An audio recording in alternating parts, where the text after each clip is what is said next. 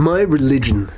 The past 100 years have made everybody in the West completely red-pilled in the reality that there's no such thing as God, and there's no such thing as the metaphysic and the other world and all that shit, and it's all bullshit. We've been lied through throughout all of history, and religion was a tool of control, and now we've all fucking woken up, and we're all woke, and we've got science, and we're going to move into the future, and everything's going to be sorted out. But I'm sure you've noticed that that is just simply not good enough. For some reason, our generation, specifically the millennials, but even more so the Zoomers, the Generation Z beneath us, are starting to starting to get sucked back to that religious mindset. Jordan Peterson was just the start of this. You had Sam Harris and the Four Horsemen of the Atheists, and they were, laying it out. This is how we think in the modern world. This is how a sophisticated intellectual thinks. But then you get someone like Jordan Peterson, who's based in Jung, a fantastic based psychologist, the studier of the mind, who gives an unbelievably powerful case for the reality of religious truths, we could call them. I am deeply based in Jung. I was reading Jung long before I came across Jordan Peterson, and this is something that's very interesting, is Jung was always making me more attuned to the religious thing, and over time I began to notice that atheists per se, or people who are unreligious, they didn't really do a good job of giving a worldview. They didn't really do a good job of presenting an alternate. They were simply negators. They were just saying, religion is bullshit, therefore I default to this atheistic position. But what Jung did for me is Jung enlightened me to the idea that we all have a nature, and you could say a software, a way that our brains work, a way that our psychology works. And part of this psychology is we need to have an imaginary model of the world. It's almost like, your brain's stuck inside your head. And so it can't actually touch the world. It has to use like your eyes, your senses, and your ears to get information inside this like box. So it's almost like it's in a box, and it has to pull information out from it. And then it pulls all this information and concocts a dream, a story, a movie to tell itself what's going on out there.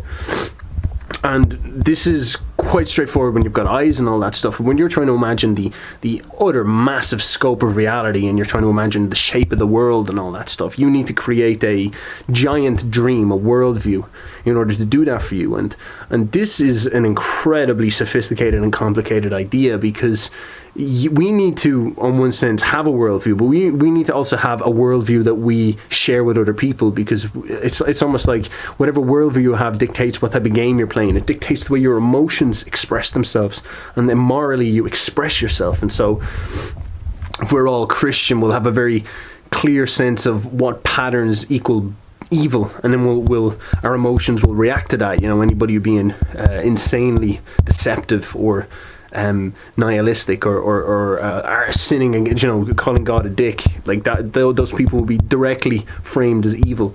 Whereas if you're atheist, you can sort of see that energy getting projected onto people who are superstitious, people who are dogmatic, and so the negative energy gets projected onto them being square, whereas the atheists are a lot more like anything goesism sort of happens. It's like you can figure out what you want to do, but you're eventually going to have to come back that the way we look at the world is atheism or something like that. And so my personal religious beliefs are an incredibly difficult topic for me. I don't think I have a clear religious belief. I'm actually I'm ripped in two. I'm ripped in five thinking about this. I don't know what to do. I think this is the single project of my life. The only thing I actually care about is figuring out or discovering the way to look at the world. There's so much conflict and tension in me. I often say that I lather my reality with cognitive dissonance, because I don't know what to think. I don't know what's the right way to look at things. And I guess what I'm going to dictate in this video is the variety of positions that I'm contemplating and playing with. The first is Christianity, most important. Now, atheism is another one, but I've lost any belief in atheism whatsoever. It's not a good position. It's pretty much a teenage reaction to Christianity. It's a negation. But Jung taught me that there is definitely a coordinated imagination that we all share that energizes us in the most strangest way possible, like an archetype like the goddess has energized all people in the world right now to respect women a lot. And so that's a very basic example of something a software character affecting us almost metaphysically. It's not really in reality anywhere. It's like this shared dream that we have, and that's religious to me. It's that part of reality. That's how it's working, and so I would equate that to paganism. If I was to default into this idea that Christianity is wrong, if Christianity is bullshit, I would default quite quickly into the idea of paganism, saying that there is an imagination that we all share, and there are energy centers in these, the gods and the goddesses, and this would be a paganism sort. So if I was to say Christianity is wrong and dive into this unchristian world, I would have to sort things out in a pagan way. And so my question would be, how would we do that properly? How would we get paganism to work? Do we... And this is where it divides into, I guess, the three camps. You have Christianity, which I'll talk afterwards, but assuming Christianity is wrong, we split into paganism, which is this idea that there's powerful energies. And how do we do paganism then? Do we default back to our local paganism? Do I get into Irish mythology? Or do all of us... So that's one. Do we default back to our ancestors' paganism? Or do we default into a neo-paganism? We figure out what are the energies alive in our reality right now. So I think the two that I'm most leaning towards is the neo-paganism versus Christianity. That's where I'm sort of at. I see the ancestral paganism of the Irish mythology interesting, but I would imagine what would happen is we would say, for example, in Europe, try consolidate all the pagan beliefs in there, because we've got quite a lot of evidence now to suggest that Hinduism, Greek mythology, Roman mythology, and Norse mythology and Irish mythology all stem from the same Indo-European mythology. So we can make the assumption that there is this neo perspective of decorating the energies, of bringing the energies, of consolidating, of casting, of articulating those powerful forces that are affecting us. For example, the goddess, who is sort of obsessed with feminism right now. How would we clear that goddess up and get a real deep, clear picture of who she is? And this would be a neo movement of my sense. And there is also a third thing where there's a possibility that we can do that and contextualize Christianity within it. That's very, very complicated. Anyway, this stuff is what I would believe is my life work, and I do not know where I stand on this. And I'll say this because Christianity the hammer falls there. Do we default back into Christianity? That's the question. Now, Christianity all hinges on one idea, and it's very, very straightforward. Is there a metaphysic? Now, that's not a fucking straightforward question at all, because by the very definition, we don't know. Like you can be reductionist, this is the atheist position, and say, well, unless it proves itself to exist, there's no need for us to assume it's there. Okay, but the whole premise of Christianity is that Christ, Jesus, came down and he said, okay, watch, I'm going to do exactly what God, the king of the metaphysic, I'm going to do exactly what God wants. I'm going to live exactly like him. I'm going to be his ideal, because I am him. I know exactly what he wants because I am him. And I'm going to do that. And what will happen is I will die, and I will come back to life as a demonstration of my correctness. It's like if I come back to life because God said, yep, you figured it out, you played the game, you typed in the cheat code right, bang, you're back to life, you've defeated death. Because this metaphysic is the sort of like coding for this reality of some sort. And so the ideal behind Christianity is that the metaphysic is real because Jesus acted correctly, and therefore he won. He succeeded, he defeated death, he overcame that. And so that's the simple idea there. And if that's the case, that gives us a deep moral grounding or deep based grounding for the idea of advanced morality. Paganism, I don't like paganism and Christian morality, which is what we all run on, like extreme altruism and stuff like that. It gets shaky because paganism for me is only Nietzsche's will to power. That's the only way I can see it working, is it becomes brutal about the strongest survives and whatnot. So this is the idea behind the Christian one. So it hinges on that idea. Is there a metaphysic? Now you can reduce that and say, well, there's no way of proving it, so it's not there. I'm like, the whole premise of Christianity is that Christ proved it. So the question is, do you believe that Christ proved it? And of course people will say, look, no one else has risen from the dead, so you can never know. But that's the fucking problem, is because no one else was Jesus Christ. No one else was the Son of God. And then you have to layer in this other problem that It's not like Jesus Christ wasn't a big deal. Like, his work, he's the most famous hero who's ever lived. You know, like, he mattered. Now, like, maybe he was completely made up. He was a figment of our imagination, but they're all big leaps.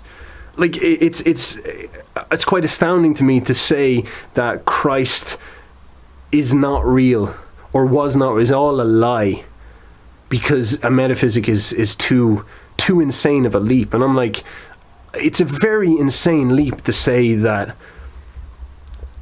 for 2,000 years, like, it's a very insane leap to say that, like, this one story took over the world like that.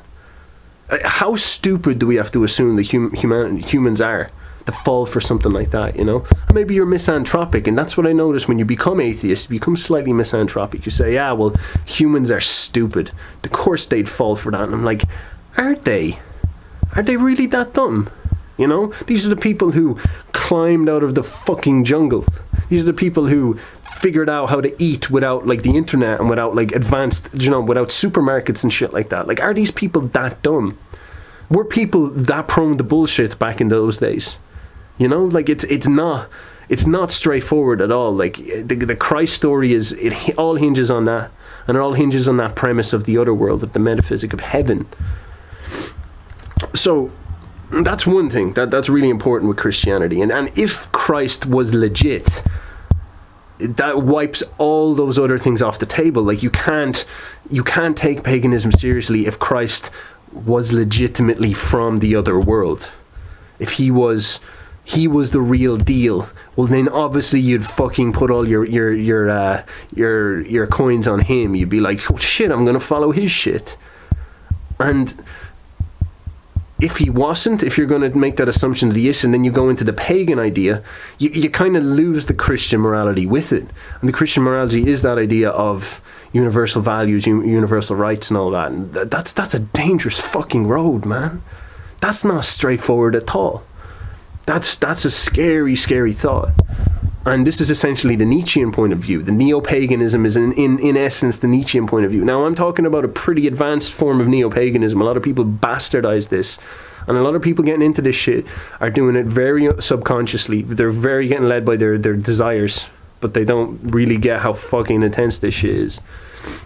But it does. It hinges on that conflict between Christ, heaven, and therefore heavenly morality, which is advanced altruism, we could say, versus this neo-pagan, grounded-based, will-to-power morality, which is more complicated.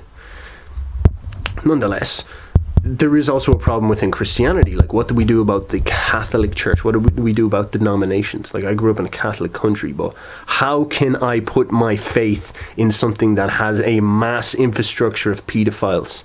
And we have a pope supporting the strangest political conspiracy of silence, which is the immigration problem, and the Pope obviously getting fucking Lamborghinis and all that shit.